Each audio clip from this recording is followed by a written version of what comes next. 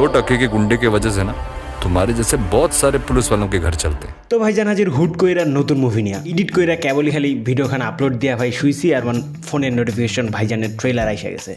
আর যেটা দেখানোর পরে রিয়াকশন ওয়াও।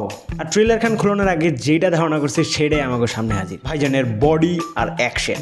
তো অনেস্টলি এটা নিঃসন্দেহে বলতে হবে আগের যে ভাইজানের মুভিগুলো ছিল সেটার থেকে স্লাইটলি একটু আলাদা হইতে যাচ্ছে, যার প্রধান কারণটাকে আমি একটু পরেই বলতেছি। না না ভাইয়া, এইটা তো অ্যাকশন আর অ্যাকশন আছে, তবে একটু ডিফারেন্ট। শুধু ভাইজান নিয়ে ফোকাস করা হবে না, ভাইজানের সাইডের যে ক্যারেক্টারগুলো আছে অর্থাৎ ভিলেন যে ক্যারেক্টারটা প্লে করছে সেই ক্যারেক্টারটার উপর একটু বেশি নজর দিছে হয়তো বা এই মুভিটাতে, হয়তো বাজার প্রধান কারণ হচ্ছে সেইখানে ট্রেলারটাতে সেই জিনিসটাই আমাদের সামনে ফুটিয়ে তোলার চেষ্টা করছে যে না শুধুমাত্র ভাইজানই একমাত্র অবজেক্ট হচ্ছে না বা শুধুমাত্র ভাইজানই একমাত্র আমাদের দেখার কারণ হচ্ছে না, সাইডের যে কাহিনী কিচাংগুলো আছে সেগুলোকেও আমরা এবার দেখতে যাব। আর এর সাথে ভাইজানের বডি না রাখলে কি আর জমে ট্রেলারে, তার জন্য ভাইজানের বডিখানেও আছে আমাদের ট্রেলারটাতে, ও মিস তো করণে যাইবো না। একখান জিনিস সেটা হইতেছে গিয়ে ভাইজান সুপার হিরো না হিউম্যান হয়ে আসবে আমাদের সামনে, কারণ এবার কাজ দেওয়া অন্য কারণ না, ভাইজান নিজের গালি কাটবে।